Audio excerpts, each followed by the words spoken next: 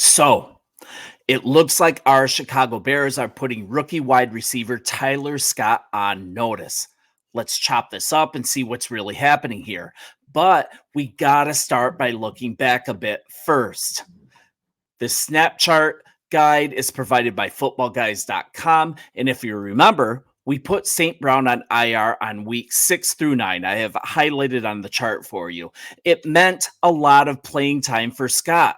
Let's be fair, though. The team wasn't fully healthy, but it was his heaviest involvement of the year. His snap count was about 59%.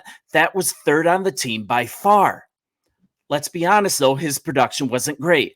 5 catches for 42 yards. Let's be easy on him, though, guys. He's a rookie. He's also catching passes from Tyson Bagent. What it does speak to, though, is the team really wanting to see what we have in him during this stretch. This 59% snap percentage shows a ton of faith early in the season in an unproven player. Now, we fast forward to week 11. Yes, that's a loss in lines. I hate bringing it up, guys, where he caught one target for 4 yards. He lost a fumble, and on the 3rd and 9 play, we all remember it. At the end of the game, he misjudged a perfect pass from Fields, and the pass missed him by inches. It's not the reason they lost, but it certainly sealed the deal, right? We punted, we singled up on Hutchinson, game over, right? Later, it was shown that as he beat his coverage, he slowed on his route, looking back on the ball. Fields discussed it afterwards. A bit of a loss of balance. It's a learning curve, but still, this was a terrible game by a guy that was drafted in the 4th round, and it was pretty obvious at the time he was the heir apparent to Darnell Mooney, who was in the last year of his contract. As a fan, as knowing our team, as knowing our situation moving into next year, I really doubt we're planning to pay him. I think Darnell Mooney is going to play elsewhere next year. Now we go to the next week against the Vikings. He plays only 12% of the snaps. 12%. Sound like a show of confidence from the coaching staff? I don't think so. This last week, the Bears had to sit St. Brown again. He was injured.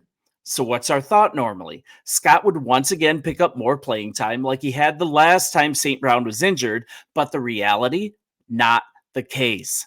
His snap share was down 20%, only 37% in the game this time.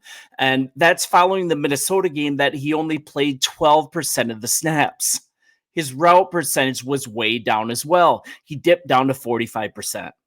That's a 20% dip as well compared to the previous stretch we talked about, weeks 6 through 10. This speaks to the coaching staff putting him on notice in my eyes. And it should be in your eyes too. Look. At first, we are giving you the development time. This is a coaching staff talking. Time to feel your way into the pro game. But now it's time to step up. It's time to begin to play in a way that justifies your draft pick. And now we have a team that's actually going somewhere. There is now a higher standard. This is what happens, right? Sometimes as a team improves, the bar being raised is a great sign of where we're moving toward as a squad and as a franchise. We should be happy that the bar is being raised. There is one saving grace. There's one saving grace and a possibility for the lower usage in the Lions game. I want to be honest. And that might be brought up by a different player usage. And this is brought up by beargoggleson.com. It's a fantastic site. Check it out. One difference is that Blasingame was played more often. The Lions, as we know, they're terrible against 2 running backs in the passing game. So the Bears were smart. They were smart to run heavier personnel.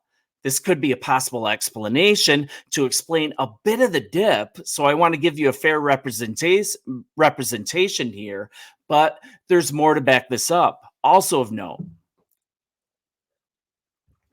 Trent Taylor, wide receiver Trent Taylor, he had a season high in routes run.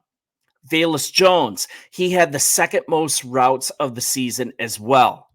Jones also had as many catches and yards as Scott, despite running 8 fewer routes. That is not a good sign for Scott. This shows that they're essentially holding auditions for the number 3 wideout spot on this team, and it's no longer Scott's by default. This is audition time, folks, and I think they should do it. Let's watch this Cleveland game. Let's watch for how he's deployed against Cleveland to see if this is like this coaching staff lighting a fire under him or if the confidence in him is completely gone. He hasn't had much of an impact, people. In his rookie year, it hasn't been great. And almost all of his yardage, almost all of his targets, they've come from Tyson Bagent. If this is paired with a limitation, if a limitation's being placed on his snaps moving forward, we may be looking at something like the Bears bringing in veteran help during the offseason because as much as I love Darnell Mooney, I really don't think we're going to pull up the Brinks truck into his driveway and pay him big money. And yes, yes, yes, before you send the comments, I love your comments and I feel the same way.